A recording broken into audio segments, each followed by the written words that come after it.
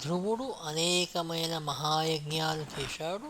సర్వజీవులయందు తనయందు ఉన్న పరమేశ్వరుని అంతటా దర్శించాడు. దీనులను రక్షించేవాడు. ప్రజలను తన బిడ్డలుగా చూచుకుంటూ 26,000 సంవత్సరాలు రాజ్యపాలన చేశాడు. అనంతరం కుమారునకు రాజ్యపట్టము గట్టి సమస్త భోగాలను త్యజించి విరక్తుడై సర్వసంగ పరిత్యాగి అయి బదరీకాశ్రమానికి వెళ్ళిపోయాడు. అక్కడ తన్ను తాను మర్చిపోయిన వాడై పరమానంద భరితుడై పద్మనాభ పాదపద్మాలయందు మనస్సు లగ్నం చేసి ధ్యానింపసాగాడు. అప్పుడు ఆకాశము నుండి ఒక విమానము దిగివచ్చినది. దాని నుండి 2 దివ్య పురుషులు దిగివచ్చారు. వారు విష్ణు సేవకులని ధ్రువుడు ఊహించాడు. వారు కుమార వయస్కులు, కిరీట కుండల గదాధారులై ఉండిరి.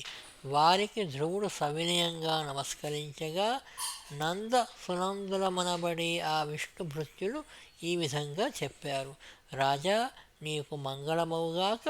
మేము శ్రీ మహావిష్ణువు యొక్క సేవకులము. ఆ స్వామి ఆజ్ఞ ప్రకారము నిన్ను ఆ భగవానుని దివ్యధామానికి చేర్చడానికి వచ్చాము. ఈ విష్ణు పదాన్ని ఇతరులెవ్వరూ పొంది ఉండలేదు. సప్తఋషులు కూడా దీనిని దూరము నుండే చూడగలరు. సూర్యచంద్రుడు గ్రహ తారకలు దాని చుట్టూ ప్రదక్షిణలు చేస్తూ ఉంటాయి అని చెప్పి ధ్రువుణ్ణి విమానమెక్కించుకొని పోవుచుండగా మార్గమధ్యంలో వేరొక విమానంపై పతివ్రత శిరోమణి ధ్రువుని గన్న పుణ్యశీల అయిన సునీత ఊర్ధ్వలోకాలకు వెళ్ళుతుండడం విష్ణు పార్షదులు చూపించగా ధ్రువుడు ఆనందభరితుడు అయ్యాడు. ధ్రువుడు విమానంలో గ్రహమండలాలు దాటి 3 లోకాలను, సప్తర్షి మండలాన్ని దాటి ఆపైననున్న విష్ణు పదాన్ని చేరుకుంటాడు. విష్ణు పదం చుట్టూ జ్యోతిశ్చక్రం నిర్విరామంగా అతివేగంగా తిరుగుతుంటుంది.